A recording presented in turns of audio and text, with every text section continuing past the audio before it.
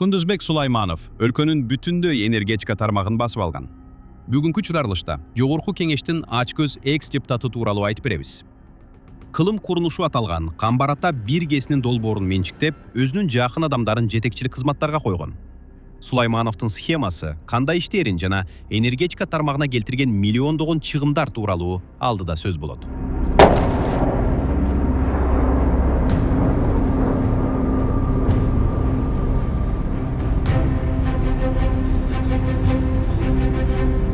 Камбарата 1 бүтүндөй Кыргызстан үчүн эң маанилүү долбоор.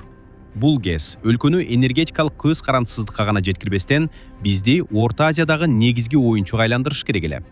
Бирок ири долбоордор башталган жерде ага паразит катары жабышып, канын соргусу келгендер ар дайым табылат.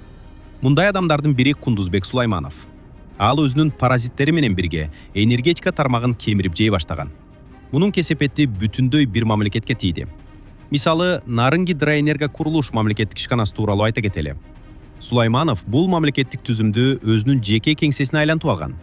Нарын ГЭСти көзөмөлдөө менен ал бүтүндөй энергетика тармагындагы долбоорду колго алган. Коррупциялык схемасы мурдагы жемкорлордукуна окшош, бирок натыйжалуу болгон. Жасалма отчеттор, цифралар көбөйтүлүп жазылган. Нарын аркылуу өтүүчү көпүрөлөр, жолдор, стратегиялык объекттерге бөлүнгөн сметалар өзүнчө фантастикалык сумма.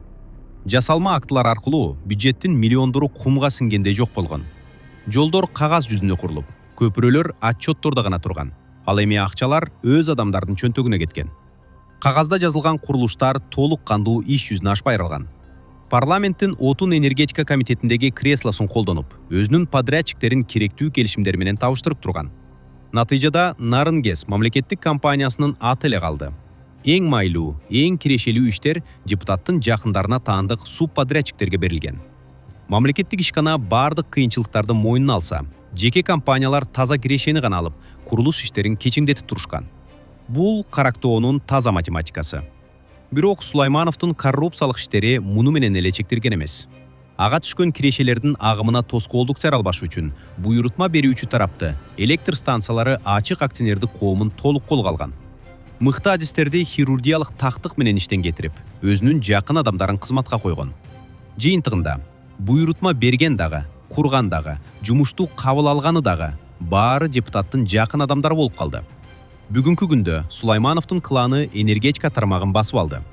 Цинизмдин туу чокусун көргүңүз келеби? Мамлекеттик курмуш компаниясы техникасы жок отурганда, бюджеттик акчалар Сулаймановдун техникаларын ижарага алууга коротулган. Экс-депутатка машиналар үчүн сааттык төлөмдөр төлөнгөн. Натыйжада Советтер Союзунан калган легендарлуу Нарын ГЭС бүгүн бир дагы суу экскаватору жок. Карызга баткан банкрот абалга кептелди. Ага чейин энергетика тармагын кризистен чыгаруу үчүн мамлекеттен миллиардтар бөлүнгөн. Бирок Сулаймановдун кланы анын баарын математикалык тактыкта талкалап, банкрот болушуна салым кошту. Сулаймановдун кылмыштуу кланынын негизги фигураларын атай кетели. Бул штаттык тизме эмес. Бул Сулаймановдун жеке гвардиясынын тизмеси. Токтосун Артыков, электр станцияларынын техникалык директору. Сулаймановдун тууганы Амангелди Тайчабаровдун жакын кишиси. Үй бүлөлүк подрядчылар. Гүлзина Капалбаева, Камбарата 2-нин баш кесепчиси.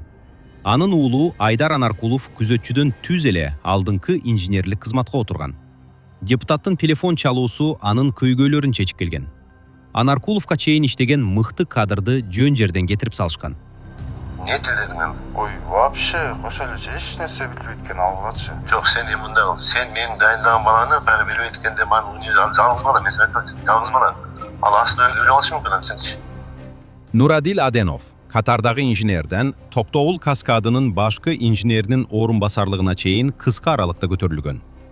Анын агасы Тилек Аденов шайлоо учурунда Сулаймановго өтө керектүү адам болгон. Нурбек Кайбалиев, Сулаймановдун күйөө баласынын жакын досу.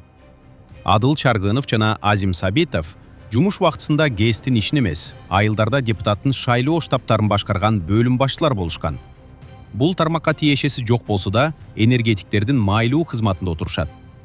Бул тизме толук эмес. Экрандагы кишилердин баары тең Сулайманов аркылуу ишке орношуп, энергетика тармагын талкалоого салым кошкондор. Булар шайлоо маалында Сулаймановго чуркап иштегендер. Өлкөдөгү электр тармагынын өнүгүшүнө бут тоскон паразиттер. Сулайманов мындай коррупцияны жалгыз ишке ашырышы мүмкүн эмес. Ушул себептен адискөй адамдарды иштен кетирип, жакын адамдарын кызматка койгон. Бул жөн эле коррупция эмес, бул мамлекеттик масштабтагы саботаж. Эгер Сулаймановдун кланы бүгүн кулабаса, эртең стратегиялык курулуш токтоп калат.